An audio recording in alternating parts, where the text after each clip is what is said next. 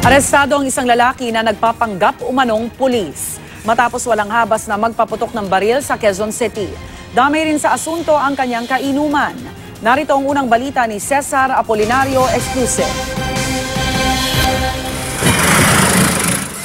Pagdating pa lang ng mga tauhan ng barangay sa San Pedro 9, agad silang nakarinig ng putok.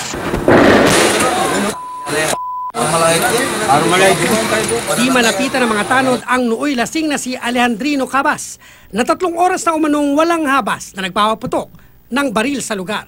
Eksakto naman po nung pagsungaw namin ganun, siyang labas din nung may dalang Armalite. Kaya medyo nag-coveran po kami. Agad tumakas ang sospek nang malamang dumating ang mga pulis. Pero namataan siyang pumasok sa isang compound. Kaya pinasok ng mga otoridad ang bahay na kanyang pinagtaguan.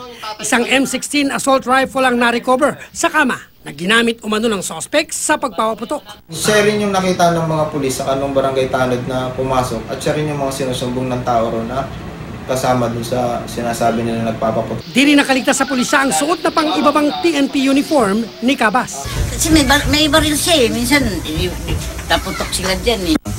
Kasi maraming pulis na pumupunta dyan sa kanila. Pero lumabas sa investigasyon, hindi pala pulis si Cabas. Ang M16 rifle, pinaayos lang daw sa kanya.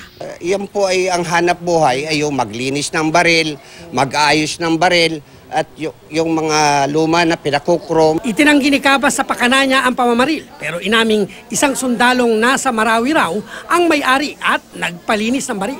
Sinong gumamit ng baril? Yung kapatid ko na may-ari. Anong baril? Andun ba siya noong time na yun? Siya ba gumamit? Saka tumakbo rin ho eh. Nasaan na yun? Nasaan na yun namamaril? Tumakbo nga rin. Bukod kay Cabas, arestado rin ang kainuman niyang si Antonio Garin. Hindi bababa sa 50 basyo ng bala, mga magazine at live bullets ng M16 ang na-recover ng pulisya. Kapwa sinampahan ng reklamong illegal possession of firearms and ammunition at alarming scandal sina Cabas at Garin. Habang karagdagang reklamong illegal use of uniform o insignia ang isinampa laban kay Cabas. Para sa unang balita, Cesar Apolinario reporting.